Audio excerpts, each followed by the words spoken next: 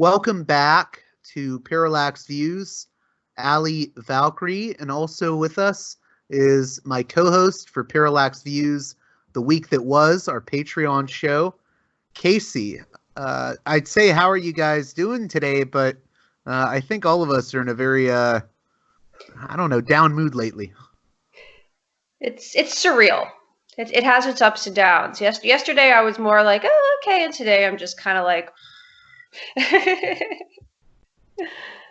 It's so more Allie, No, go on. No, go on, Casey. I was just gonna say it's more the impending thought that this is like normal for like at least 2 weeks, if not 3 to 6 months. Probably much longer than that.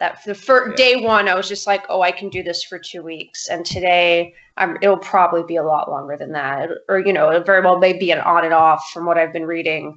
We'll be able to go outside but it's going to come in waves, and as the wave comes back, they're going to make us isolate again. So, yeah. You guys still there? Yeah, yep. Yeah, still here. Can you hear us? Okay, yeah. There was just a slight problem with the video on my end for a second.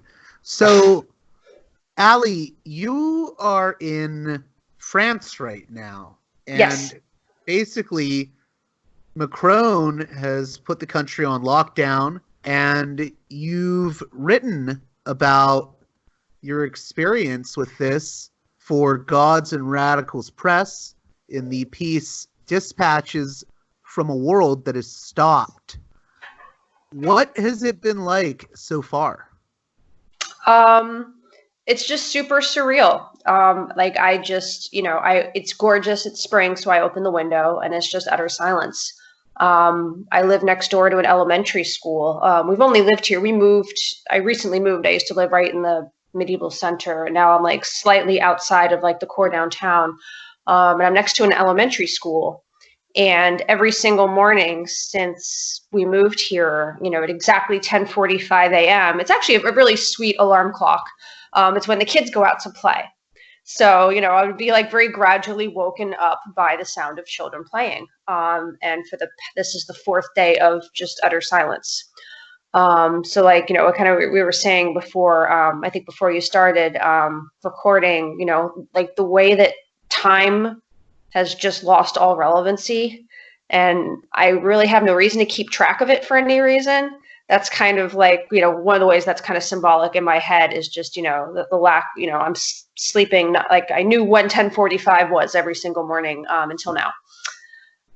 And yeah, I want to do all the things I can't do simply because I can't do them. It's interesting. I've talked to you and at least 2 other people from France since the lockdown happened. And it's interesting. I feel like everyone I've spoken to that's in France right now is a little bit calmer than what I've seen here in the US so far. But maybe I'm missing something. I mean, maybe there is a little bit more panic than I'm realizing in France. No, I think people here are calmer. I mean, there's a few reasons for that. There's much more of an emphasis culturally, value-based emphasis on collectivism here. And, the weighing of the altogether social good over the personal desire, as opposed to the United States, which is a very highly individualist culture. Where, freedom tends to be, just basically means, I get to do what I want and you can't stop me. So, the understanding that, what we're doing to keep all of us safe, I think, leads to a lot less anger and frustration overall than Americans who, see any attempt to, for example, not being able to go outside without having official paper signed. It's that stereotypical, my freedoms. This is also a country that has a much more longstanding history, but also, living history of dealing with crisis. Europe, the period between World War II and now has been the period in European history that by far has been the calmest has been the most devoid of war, of famine, of violence, any of those, type of emergency scenarios. But, but this is a place, there's the older generation who, are also the ones who are the most at risk right now. They remember World War II. They remember what it's like to be under occupation. They remember what it's like to have to make great sacrifices to make sure that as many people as possible get through this alive. And I think, Americans don't really have that collective history and that collective understanding. And I think it's that lack of understanding combined with the individualist mentality that's just leading Americans to just panic. They don't know what to do in an emergency. People here, at least more so than in the US, understand, again, they have a history of like knowing how to bunker down.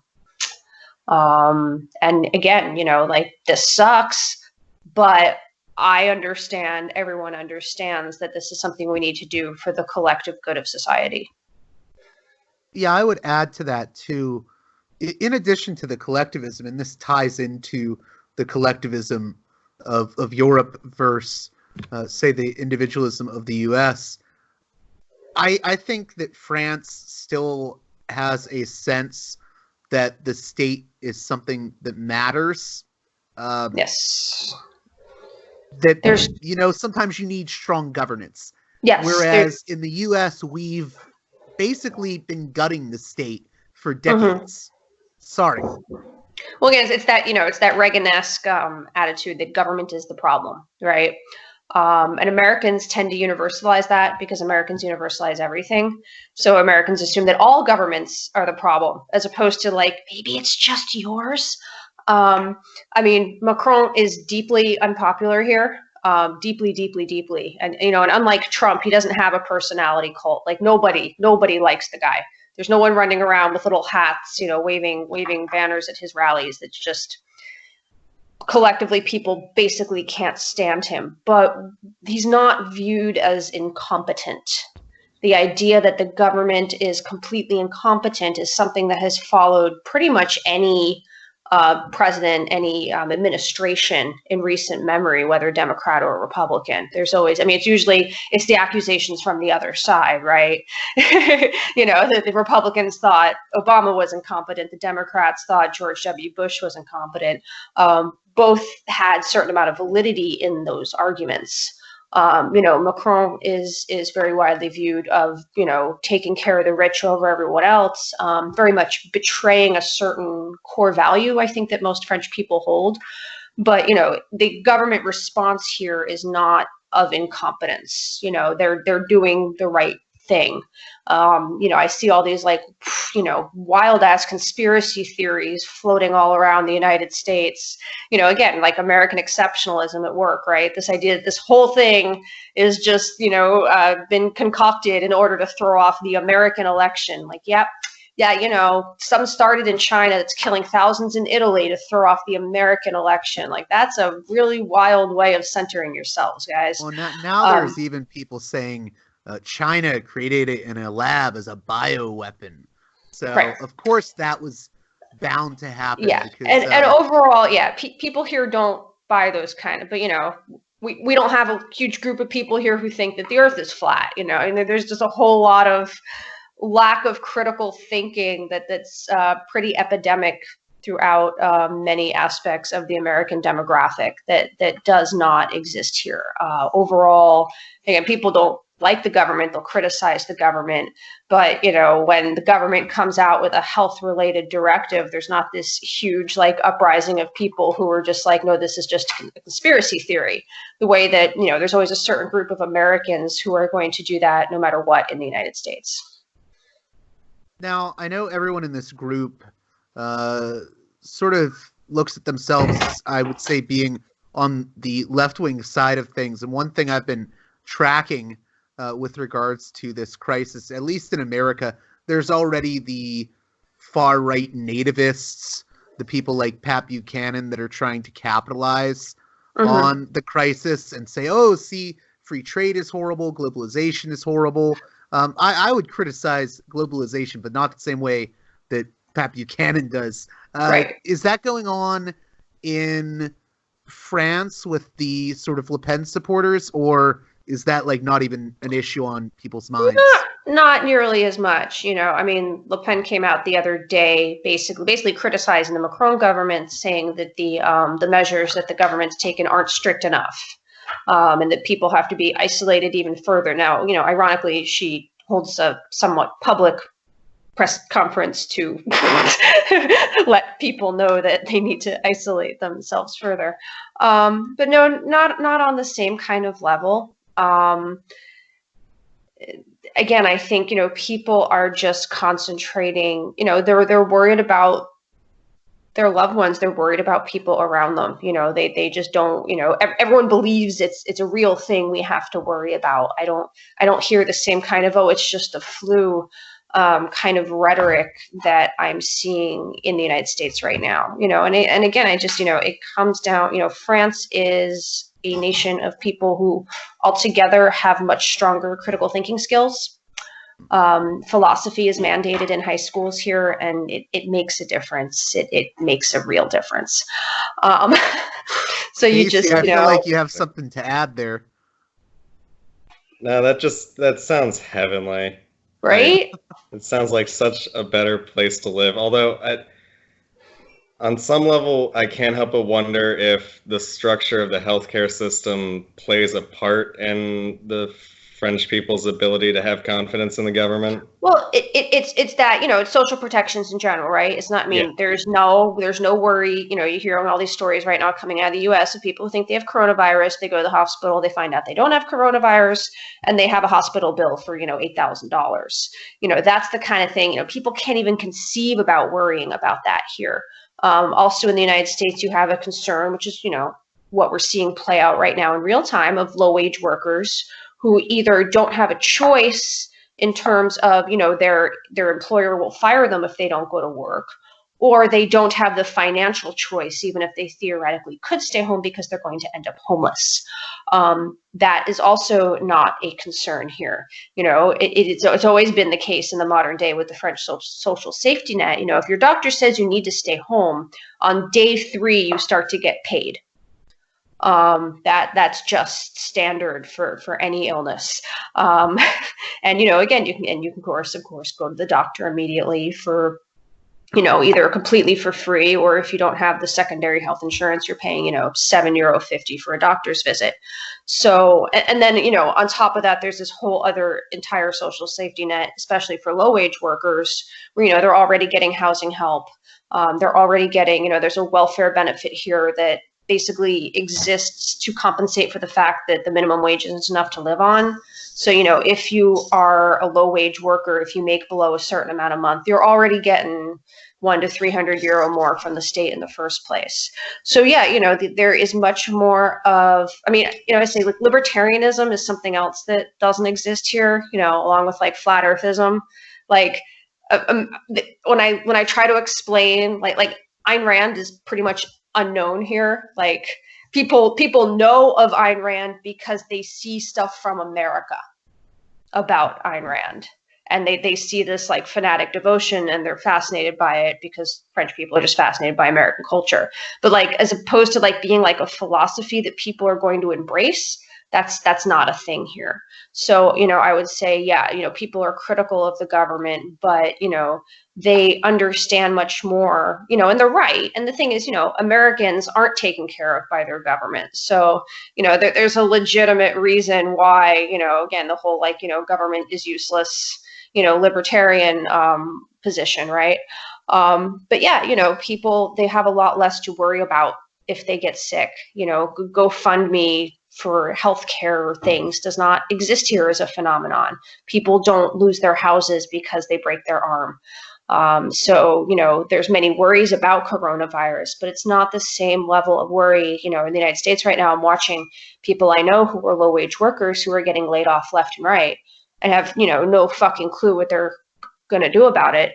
You know, to the point, you know, and the government sees it as enough of a, you know, oh shit, also that, you know, again, you have Mitt Romney of all people saying, you know, every American should get $1,000. And we're all sitting here going like, what timeline is this? This is super, super interesting. You know, they don't have to offer those kind of things here because, I mean, right now, pretty much everyone, you know, if has been told to stay home except for essential workers. And everyone who is staying home will receive enough compensation so that they're not going to be homeless. Now, it's not just like in the US where we're being told to stay home, but there's not any real enforcement right. as of yet. I mean, I think in California, they're starting to do more strict enforcement. Yeah, so I think San Francisco, there's a few little pockets within the United States, but, you know, federalism, right? Everyone can choose what they want to do independently. And, you know, and I'll say, you know, I'm a critic of federalism in general, but when you have a leader that's as incompetent as Trump, it's kind of good that those little pockets do have the power to be able to put forth restrictions as they please. But no, but here, you know, it came from the federal level. They're serious about it. There are, you know, like I was out for a total of probably 20 minutes the other day. You know, we went to the food store, picked up a few things and came back. And on the way back, you know, there were 2 cops on motorbikes, you know, riding down the road, you know, and theoretically they could have stopped us and asked us for our papers. We had a very obvious bag of groceries with a bunch of leeks sticking out of it. So I think, you know, they probably saw that and realized, oh, they're on their way back from the store. We're not going to bother to stop them. But no, I mean, I cannot leave the house without filling out a government form, you know, stating my name, my birthday, my address. And then there's like one of 5 check boxes. You know, I'm going out because I'm going to work. I'm going out because I'm caring for a sick relative. I'm going to the doctor. I'm going to the grocery store, or like I'm going to walk my dog. Those are pretty much the only government sanctioned reasons right now why you can leave the house. And if they find you in a spot, you know, I mean, if I was found halfway across town saying I'm going to the grocery store, they're going to look at my home address and they're going to know full well that I'm not just going to the grocery store.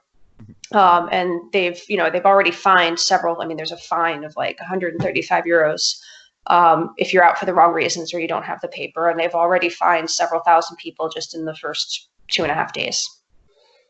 They mean it. I'm just imagining right now the type of like InfoWars consuming Alex Jones listener yelling, totally. It's martial law. Yeah. It doesn't really sound like that. No. And exactly. It doesn't sound like there's jackboot thugs walking around. I mean, it sounds like there's enforcement, but it's not. Yeah. Yeah. Casey, anything you wanted to ask? So like, what's the process like in getting the government papers? Like, I know you mentioned before we started this call that that's what you had to do, but you just download it off of, it's a PDF.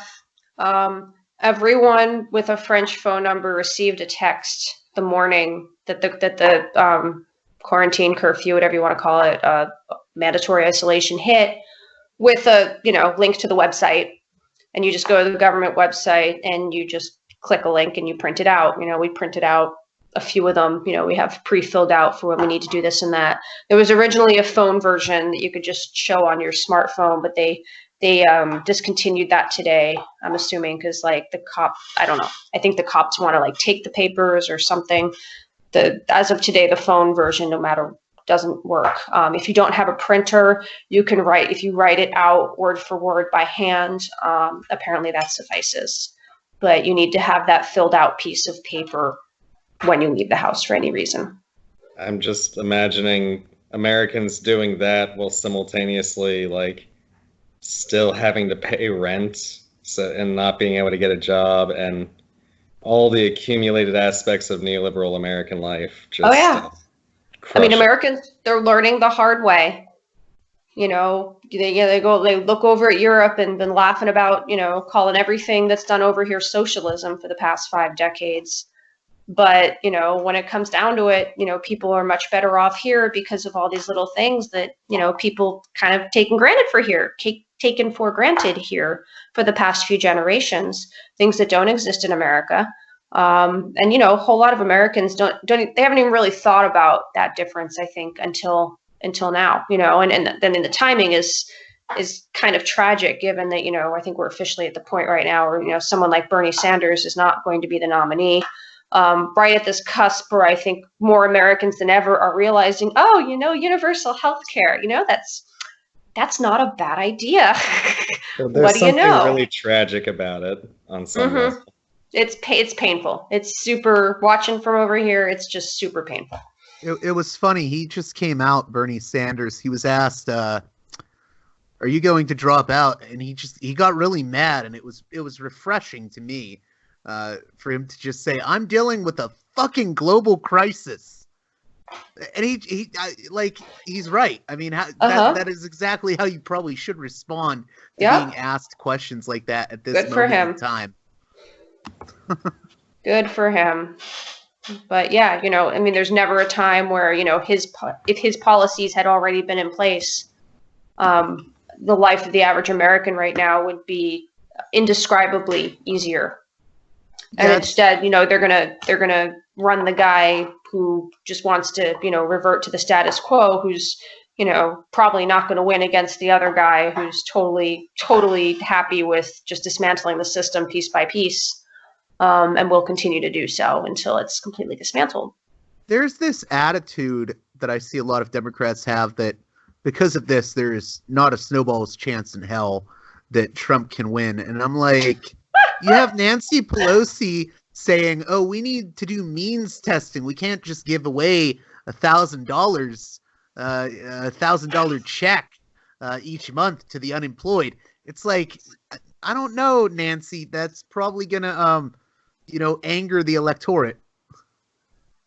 They're so out of, I mean, they're so painfully out of touch. They've always been somewhat painfully out of touch, but I feel like right now, you know, or at least, you know, since Trump has been elected, they're more painfully, you know, it more shows more than ever that the theoretical umbrella that the Democratic Party tries to put up and you know, and those they try to shuffle under it.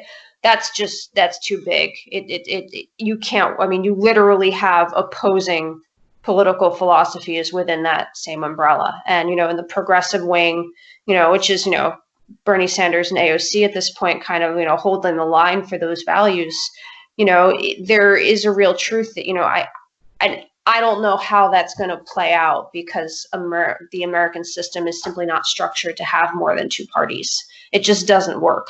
For a variety of reasons. But, you know, and I mean, you see the same thing on the other side. You know, the Republican Party is breaking too over Trump and those who just, you know, can't pretend that the emperor's not naked any longer.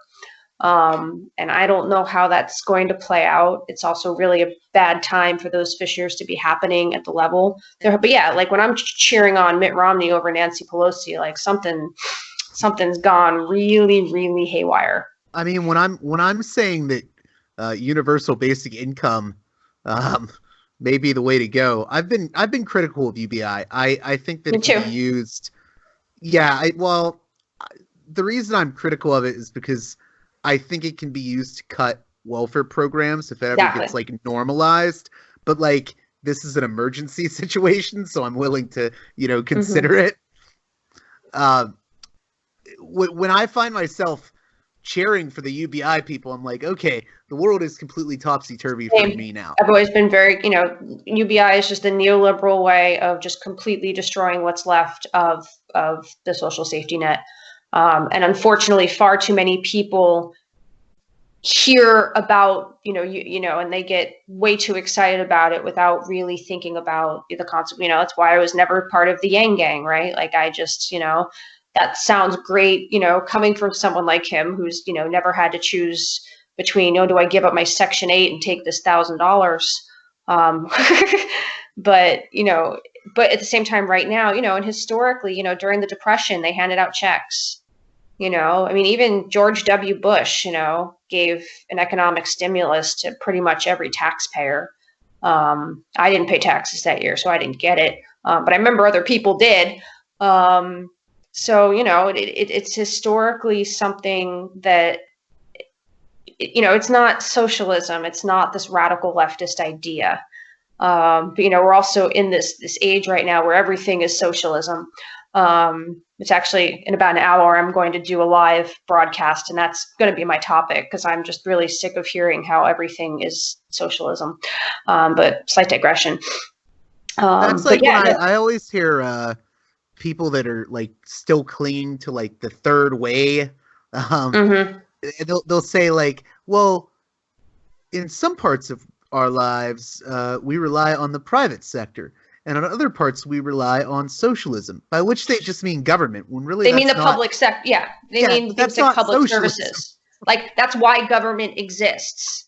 Right. I mean, even the ancient Romans gave you aqueducts and highways and paid for it with tax money. And I don't think it was considered socialism. That's just what the government does. The same way, universal health care is a norm in every other developed country in the world. And most of those countries, self-identify as pretty damn capitalist countries. And, and we consider them, at least, intelligent people who understand how economics works, understand that, Norway is they have social democratic leanings, but Norway isn't socialist. Norway's a petrol nation, or Norway's living off selling oil profits to the oil for profit to the rest of the world. That's not socialism. They just redistribute more of those profits to helping their people, and less toward giving Amazon and Walmart tax breaks. But yeah, the word socialism has just basically it's just turned into like meaning anything that helps people at all. And that's not what socialism is. Well, it basically just means government at this point, in the American mind. And it's terrifying to think how much Cold War propaganda has just warped the American mind. Along with, and this is a good segue, along with American exceptionalism. I saw someone today say, well, if China can contain it, then America can. And I just thought to myself, you always have to like underplay that China is now handling this well. Just like a lot of people are underplaying that Vietnam and Taiwan seem to be handling well. We don't like to talk about those countries. I think there's like an underlying racial thing going on there too, because people talk a lot about what's going on in Italy and what's going on in Britain and the US, but there's no talk of Taiwan, Vietnam. I hear Japan is slowing the rate of it. They've got it under control. Vietnam has got it completely under control, but they're an evil communist country, so we can't give them credit for. Cuba just accepted a cruise ship full of people that America refused to. But, where do I read about that? The BBC. I'm not seeing that covered in American media either, because, how dare we, A, give any credit to Cuba, and B, even more importantly, admit that they actually can do something, they're prepared for it. They're like, yeah, we don't care. They were British citizens. Cuban government's like, we don't care where their passports are from. We've got it. Mm-hmm. Like, I'm reminded of why we call it Spanish flu, the way the news has portrayed this whole crisis, For anyone that's listening and doesn't know, the reason it's called Spanish flu is because at the time that it broke out during World War I, every warring government had censored the press. And since Spain had not gone to war, when the flu reached there and the epidemic became known worldwide, everyone thought it was a uniquely Spanish thing that didn't affect everyone else, only to later realize that it was a global pandemic.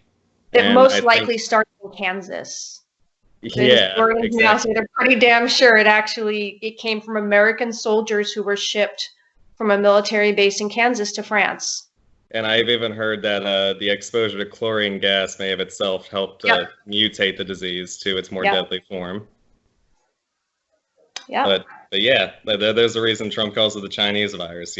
It's geopolitique on top of global pandemic. Exactly.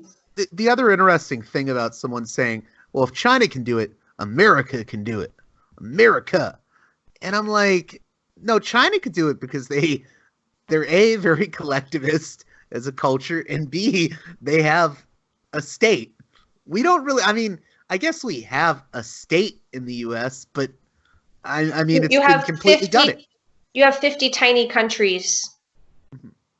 You have 50. I mean, the longer I'm over here and the more that I look at like the way that the EU operates in relation to European countries, the more I look at, and especially given, how federalism comes into play in the United States, the more I look at the United States almost as, just 50 tiny little countries that are kind of under, an EU-esque umbrella. I mean, again, we see that playing out right now when you look at each state's different response, as opposed to everywhere else in the world where the response is federal.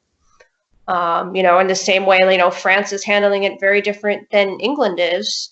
You see Texas handling it very differently from California in a way that, is citizens of one state are going to be endangered more so than others because of those decisions, which are left to the state level. Something else I wanted to mention, and it may take me a little bit of time to explain where I stand on this. In Florida, even though they're closing down a lot of the beaches, I believe the governor refused to close them down, so it's been left to the locals. But the interesting thing to me is people are complaining because the young people are going out for spring break, and I agree, like that's an irresponsible move, and I don't like that. But I said to someone, what do you expect of this young generation? We've taught them from day one to be selfish. We've taught them to be individualistic. We've taught them to be hyper productive. You have to keep doing this, always on the move and always looking out for your own hedonistic self-gratification. This is what happens when you raise a generation like that. Yeah. There are children. Well, and again, and that idea of freedom, meaning you can't stop me from doing this thing, as opposed to, the European concept of freedom takes much more of a balance between, what I would call like freedom to and freedom from, right? But for example, I don't think the kids in Europe, or I didn't mean to interrupt you. I'm sorry. I don't think the kids in Europe or China would be that flippant and be like, well, I'm going to go to the bar on St. Patrick's Day and I'm going to go to the beach for spring break. There are to an extent. I mean, one of the reasons that Macron had to take the measures he did, on Saturday, they closed all the bars and all the restaurants. Anything non-essential was closed as of midnight Saturday. But on Sunday, a bunch of pictures came out of everyone in Paris who were, like sitting on the bank of the Seine drinking wine in large groups, all close together, as though, as though everything wasn't closed, right? So, you see that. So now, of course, here also, it's like the first weekend of spring. So, again, I understood it. Sunday we went to the beach, the Manche, English Channel. Sorry, sometimes I forget weird terms. Our two friends of ours were like, "Hey, it's the end of the world. Want to go to the ocean?" I'm like, yeah, sure, why not? But at least, it was a scenario where we were able to practice social distancing from other people. It wasn't. But yeah, you saw these pictures from Paris, and everyone was like clustered together in a group, just enjoying the sunshine, not worrying enough, but still not having, again, now that people can't go out for the most part, people are not reacting the way that Americans, I think, I can't imagine the way Americans would react if the United States was federally put under the same kind of lockdown that we've been put under here. And again, it's that, freedom being about the individual as opposed to, freedom of someone else not having to suffer because of your bad choices.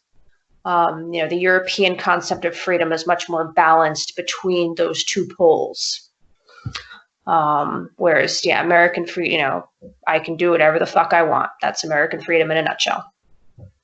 Yeah, I guess what I'm getting at is, and maybe I spoke too soon with the way I worded it. I just think that there's a sense of responsibility for others that is instilled in cultures that are different than America's. Yes. Whereas here, there's this sense of you're just responsible for yourself, and if you have to step on the other person, You know, that's just the way it is. Yeah. Every man for himself. Pull yourself up by your bootstraps. Dog I eat don't dog want, I don't world, want my tooth and tax claw. money to pay for your doctor. Yeah, no, it is. It's very, very deeply embedded in the American psyche. Casey, anything you want to add? I don't necessarily want to push back against that, but I don't see it as something that's necessarily like there were periods in American history when collectivism and freedom from want were terms that were spread around. It's Totally. We've just been beaten back by decades of post FDR, Cold War, and then neoliberal assault. I was about to say, you know, I mean, I think it's always been a important piece of the American psyche, but I think the advent of neoliberalism, you know, and the rejection of Keynesian economics, which is much more of a collectivist mentality. And again, you know, I listen to all these like Trumpists go, you know, make America great again. I'm like, oh, when there was, you know, a 90% tax rate on the rich, you know, like that's how we used to pay for things. And, you know, not everyone screamed socialism back then. But yeah, no, it is a mentality that I think is been much stronger since, you know, the petrol crisis, since the advent of neoliberalism, that, you know, was carried, you know, again, we mentioned third way before, you know, so it's been carried forth regardless of whoever's been in charge politically. You know, Reagan had his specific ideological version. Clinton, and then over here, Blair had their own different specific ideological version that's still very much concentrated on gutting systems that helped society in a collective manner. I'm reminded of the Thomas Sankara quote, America has one ruling party, but in typical American extravagance, they have two halves. Yeah, pretty much. So, pretty much. If we could, I wanted to talk at least a little bit about the article you wrote for Gods and Radicals Press, Dispatches from a World That Is Stopped. Maybe you could just guide us through what was the first day like? You wake up and what happens from there? Well, you know, as I wrote in the article, you know, I kind of woke up to the, you know, 8:53 in the morning. I get a text message from the government, which I've never gotten one before. It was pretty, it was an initiation all in itself. And I couldn't, you know, and I'm just lying in bed and all I notice is the silence. You know, I live on, you know, our building is kind of set back from the street, but it's a major bus route with an elementary school next door. You know, there's plenty of just that regular type noise. And for it to be such a beautiful sunny day and just to hear nothing but silence was very creepy. It was very unnerving. No birds chirping? Yeah, no, I didn't even hear the birds. I mean, it was just this real reminder, like, oh, you know, right now is like, there's been this fundamental shift, like from this point on until, you know, again, on Tuesday, I was like, oh, it'll just be 2 weeks. And now I'm kind of like, it's probably going to be a little longer than that. There was just this deep kind of pit in my stomach around, you know, I don't have a script for this, you know, like this is, and for all of us, you know, this is very uncharted territory. You know, I'd had a bit of a practice run of it. You know, I lived in New York City when 9/11 happened. And, you know, in that first day, you know, I actually ended up talking on Facebook with several other people I know who were also New Yorkers at the time. And, you know, kind of commiserating about how much this feels like that. For very, very different reasons, of course. But, you know, going into the grocery store, seeing empty shelves and people just collectively scared shitless, you know, I had a template for that in my head, which was going to the grocery store on 9/11. Which in many ways, you know, helped prepare me for, you know, again, part of it's like, okay, you know, I've already lived through something kind of like this. You know, and in New York, you know, specifically in New York City, it was, you know, 6 weeks of that. You know, that was our world for, you know, on day 3 and the rest of the world, you know, they put regular TV back on and everyone could watch Friends again. But in New York City, we had 24/7 nonstop coverage of what was happening, you know, for like a month. Well, you also had didn't you guys also have the fear of what's been called like the deadly dust, asbestos and stuff? Totally. I had people wearing masks, people walking around wearing masks, afraid to breathe.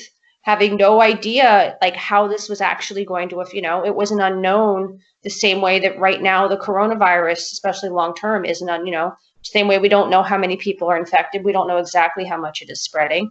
Yeah, you had people in New York who, there was people who refused to leave their houses. There was other people who were just walking around with those same surgical masks that frankly were just as useless in that scenario as they are in this scenario. But, it's that psychological, this feeling that you're doing something to protect yourself. And yeah, just this like huge like world of unknowns. I feel like we're living in the same, but here it's much more global. Like that specific feeling of the unknown was kind of limited to residents of New York. Everyone else was kind of watching it like a stage. But here, that same mentality is global. And that's what's so weird about it. We're living in a global experience right now. This is a very global experience. Casey, I want to kick it over to you. Two things, I guess. One, I'm reminded of those classic medical masks you're seeing all the public officials wear now are just the modern rosary beads, and on some level I find that kind of funny. But beyond that, when you said you didn't even hear the birds chirping, I've seen in just a couple days plenty of videos of like boars wandering around the streets of Barcelona now that no one is walking around, or dolphins that are up on the docks now because there's no ferries going back and forth, or a reduction of CO2 output by like 50% in some regions, or Venice's canals being clean for the first time. Yeah, they have dolphins in the canal, yep. And just, if this is what it took to fight global climate change, then man, we should have been doing this for a long time. Well, and here's the thing, this is one of the things, last week, Reed, who's my best friend, he's the other co-founder of Gods and Radicals Press. He was here for several days. And one thing we were talking about was, how interesting the response is to this compared to the response to climate change. And it's simple, really. Climate change disproportionately affects those who don't have money and power, right? It affects poor people and brown people and people in the global south. It doesn't target the elderly. The people who give, the fat cats making money who don't give a shit about climate change don't give a shit about climate change because the true effects aren't going to hit until long after they're gone. This is something that, and mind you, not all of the ruling class is elderly, but there's enough of them, when it comes to people in power, and the fact that, there's, when you look at like the figures out of Italy, there's a 20% death rate for people over 70, as opposed to say a 4 to 5% death rate for people under 40. They can't hide from this. They can't outrun it. They can't outlive it. So we're seeing a phenomenon where things we were always told were impossible to do, whether it's massive telecommuting or, online schooling and university across the board. All of a sudden, now that there's something that can actually kill those in power now, they're reacting in a way that, you're never going to see them react to climate change because they're never going to have to deal with the vast majority of its effects. But, again, it's like the emperor's new clothes, right? It exposes the hypocrisy at its core. And now that everyone's seeing that, and, you can't stuff that back in the can, right? And I think, we're seeing box has been opened. Exactly, and when we talk about like the way that the world is going to drastically change, I mean, that's one of the things, like they're never going to be able to go back to this whole, oh, we can't do this, that, and the other thing, because you're watching the world recover. Again, the canals in Venice, they did a before and after of the pollution over China in the 6 weeks. The same way, again, going back to 9/11, airspace completely being shut down for 48 hours. There was an environmental study done about how quickly that just, I'm not a scientist, so I don't know the technical language, but, how quickly that repaired the stuff that's going on in the sky, right? Yeah. Immediately. And, and there were forecasts at that time, wow, if we went 6 months without any planes in the sky, I can't imagine how much this would help the planet. And yeah, you're seeing that now, and I think now that we're watching this happen in real time, now that it's not a simulation, now that we're seeing pictures of dolphins in the canal in Venice, and the fact that we can see the water in the canal in Venice and it's clear, it's going to be much harder to justify going back to where we were a month ago. Yeah, and I think there's something to be gained from framing this whole crisis as like the opening salvo of our war against climate change on a global collective level, that we're as you get more millions and millions of people moving away from the oceans or from desertification or from unfertile land, and populations are going to be more susceptible to pandemics. Like, these things are going to become more frequent in this particular sense, to say nothing of like the broader implications of having less food available for all 7.5 billion of us. And I don't know. I think if there's any strategic value from a leftist perspective, from a rhetorical perspective in this, it's in framing this as this is the new normal going forward for the next 50 years, and we really need to use this as the impetus to start organizing. Yep. You know, and it shows us what we can do without. Yeah. That, you know? We don't need, for one, we don't need CEOs or bosses, because we seem to be handling it just fine without them. I mean, that, you know, the Marxist in me, it's fascinating. Supply chain. Like, look who actually holds up the economy. Look. That's exactly what I was going to say. We're told that the people that matter are the hedge fund managers and yada, yada, yada. But now we're seeing, no, it's the nurses, it's the workers.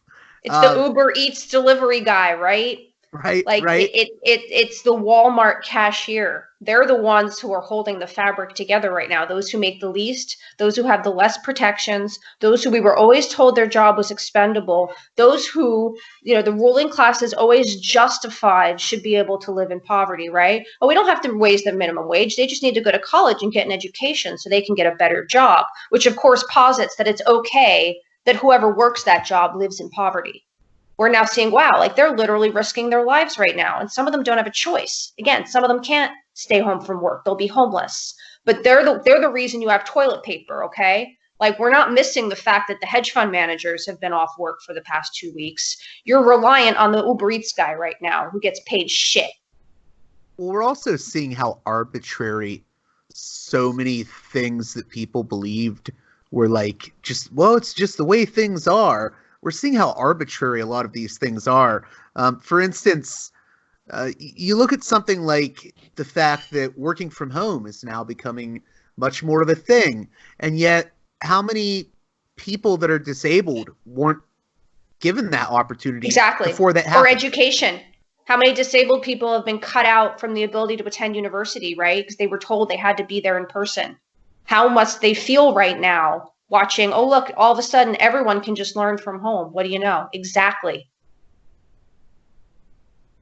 Have either of you, this is interesting. This ties in. Have either of you guys seen that recent video that a bunch of Hollywood celebrities did covering John Lennon's Imagine? No, I heard about it, but, you know, I don't get the same exposure to all that kind of stuff in my, you know, not living in the United States. It's something I hear about secondhand, and then either I choose to look for it. You're probably better off for that. And then you know, I try to make intelligent choices that will benefit my mental health. So I heard about that and was like, no, I'm not going to Google that. Yeah. Casey, did you have a chance to see it? No, like my coping mechanism for this whole crisis has been like ignoring the news and watching shitty rom-coms. And like drinking straight out of a bottle of wine. Like, I don't see any other way for someone like me to deal with it. Yeah, no, I've been catching up. You know, I stopped watching South Park for a decade, and I've been like catching up on those in French, which is super amusing. If I may say so, I went to Germany right before this crisis really started exploding with a friend of mine.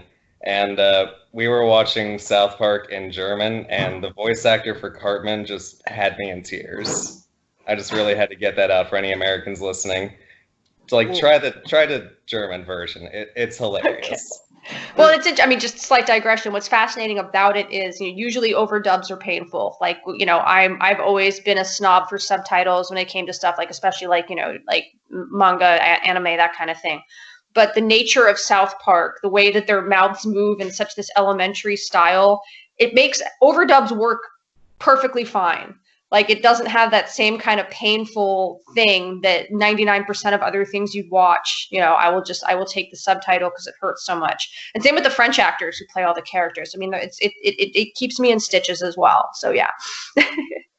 The reason I mentioned the Imagine cover, I saw a headline about it saying celebrities get together to do a cover of John Lennon's Imagine to lift spirits. I'm thinking to myself, how does a bunch of rich people who are saying, "Oh, we're in this together"? No, we're kind of not in this. No, together. We're not. I know people that have lost their jobs at a bar or a restaurant that are sleeping in their car right now, and I don't think Arnold Schwarzenegger in his mansion is suffering in that way.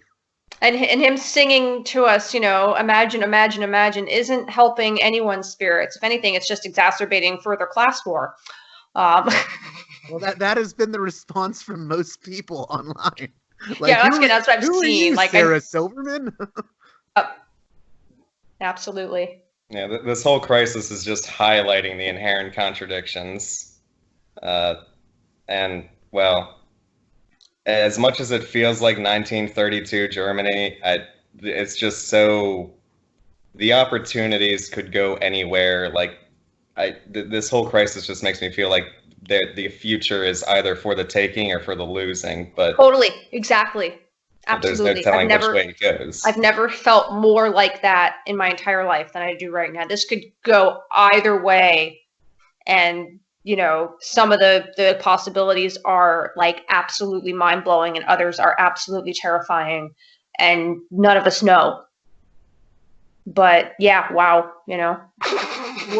What do you both think about the potential connection between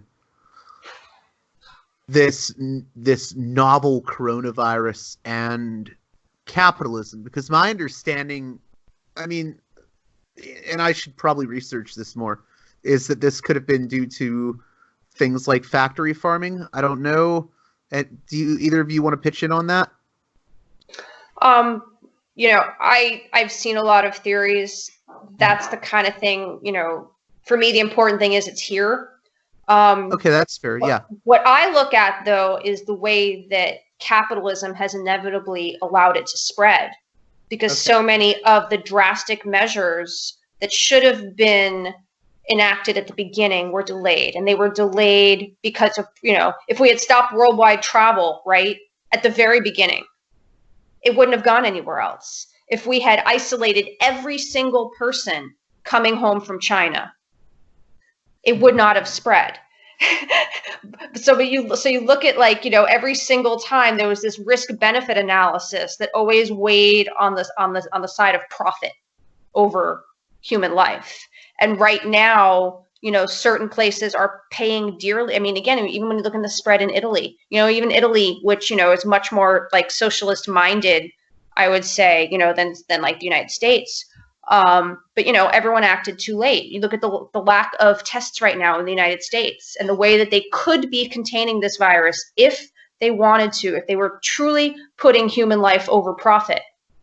But it is because of capitalism that there's just been fuck up after fuck up after fuck up from the very beginning, where this didn't have to be a worldwide pandemic, and it is. And that has everything to do with capitalism.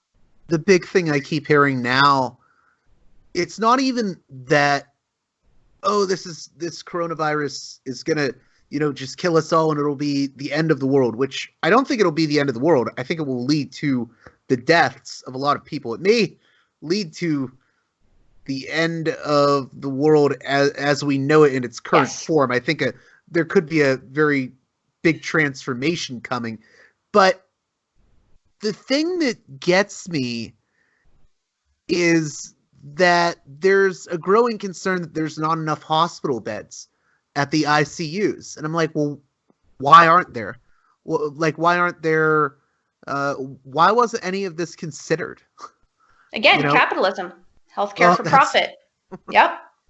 Yeah, there was a Jacobin article I read on our Patreon show where it basically laid out that in Italy, their response, despite being so not bungled, because at the end of the day, they were able to contain it to some extent, and while millions of people have it, they're still, quote, winning the war. The number of people that have recovered far outweighs the people that have died so far. But a large reason why it's exploded so much is because for the past 20 to 30 years, they've been bombarded by austerity measures and like privatizing their healthcare system. Same here. There was a chart that floated through my feed this morning looking at the closures of the reduced number of hospital beds in France. And that's one reason that the administration is taking, what may consider to be a drastic, because they know full well that there aren't enough beds. They know, and exactly, it has everything to do with austerity measures. It has everything to do, that's the same, when you hear conservatives go on and on about why socialized healthcare can't work, right? They point to the NHS and they say, yeah, look, you have to wait 6 months to get a knee replacement. Well, why do you have to wait 6 months to get a knee replacement?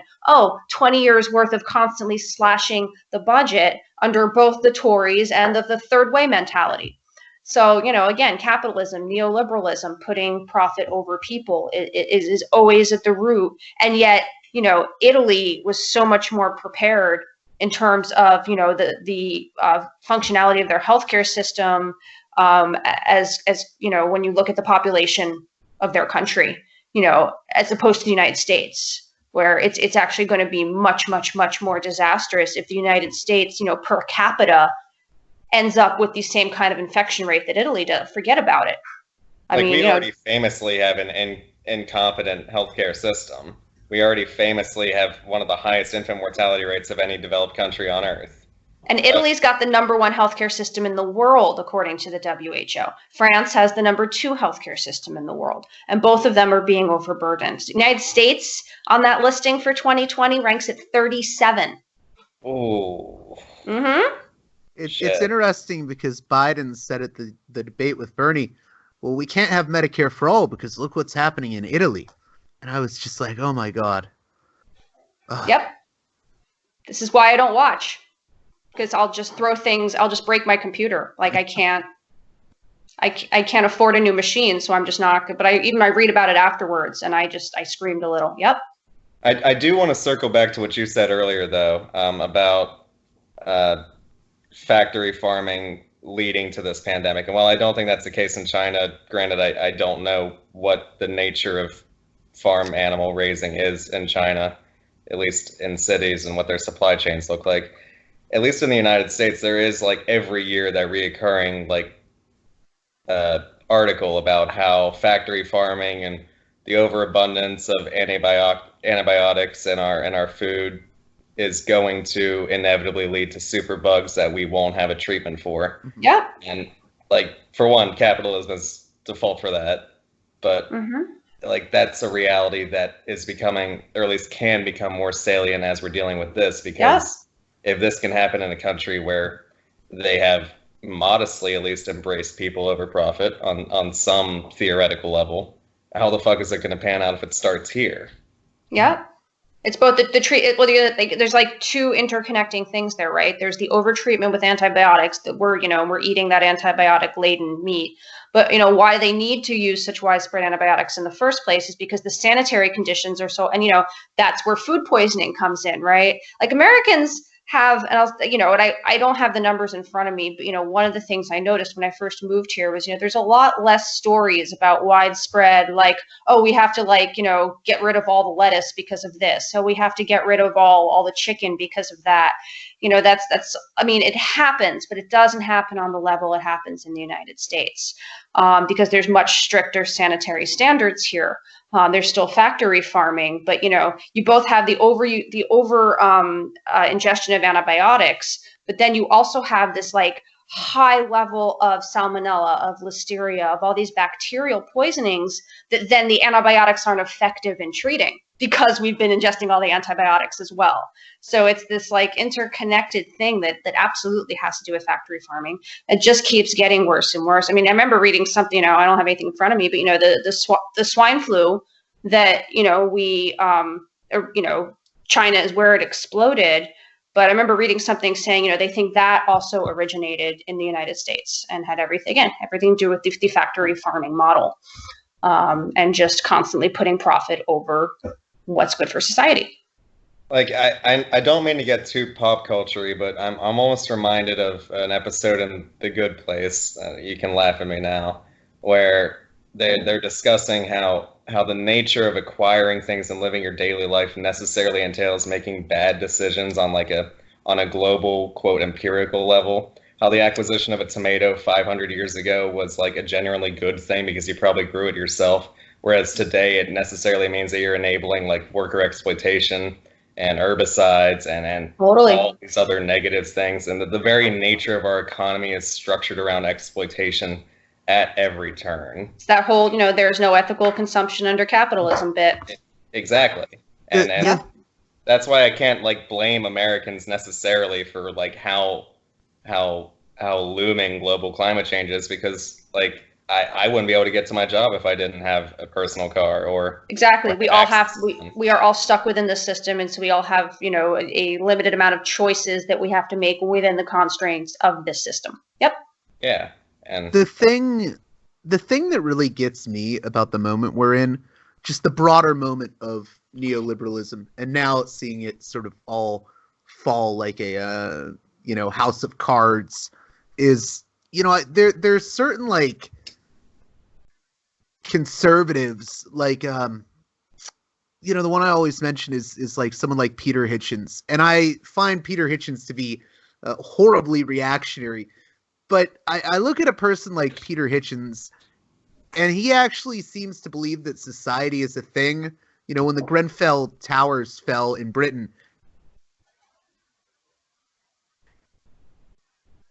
we should take care of our communities. And I'm thinking to myself, my bar has become so low that I'm like just happy that there's at least one conservative that like sort of believes society is a thing, rather than believing in the Thatcher adage of there is no society. Mm-hmm. It's really surreal to me that we're in this moment where,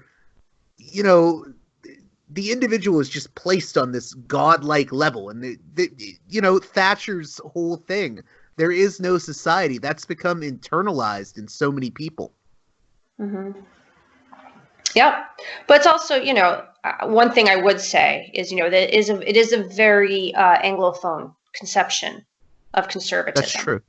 When you look at, going back to social democracy, for example, so much of the social democratic tradition in Europe, most notably in Germany, but, throughout continental Europe, is rooted in Christian ethics, where they take a socially conservative platform and meld it with an what Americans would consider an economically leftist platform. Mm-hmm. Where the social good is put over the individual good. What I always say, and I kind of enjoy saying it, to Americans for the shock value. But you look at like Marine Le Pen. Go back to Marine Le Pen. Look at the Front National. Once you take out like the racism and nationalism from their platform, they're to the left of the Democratic Party, and that's our far right party. But, they believe in things like, universal health care and free college tuition and paid mandatory maternity leave and paid sick leave and all these things which is why, people look at me confused here. They're like, why do Americans think Bernie Sanders is a commie?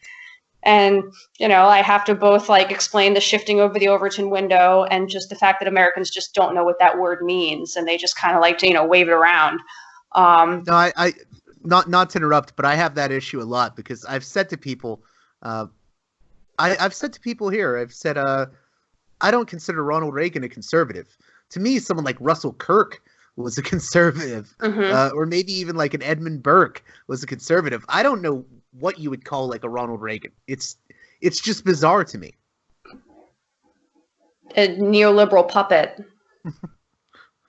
Well, Allie, I want to let you get going because I know you have to do your own stream here. Yes, I have a broadcast in 20 minutes. It's true.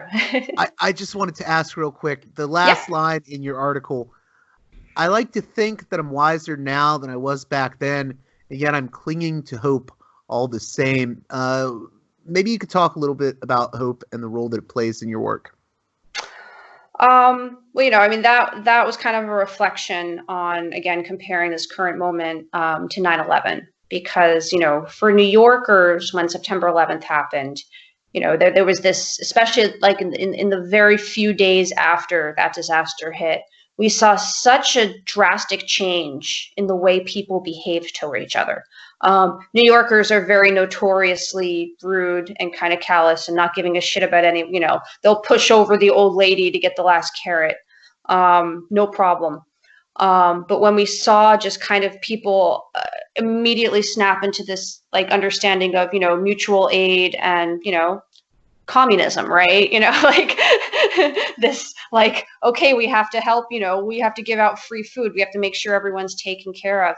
I remember like in the days right after 9/11, like being in the subway and watching an old lady fall down and like 20 people immediately run to help her up.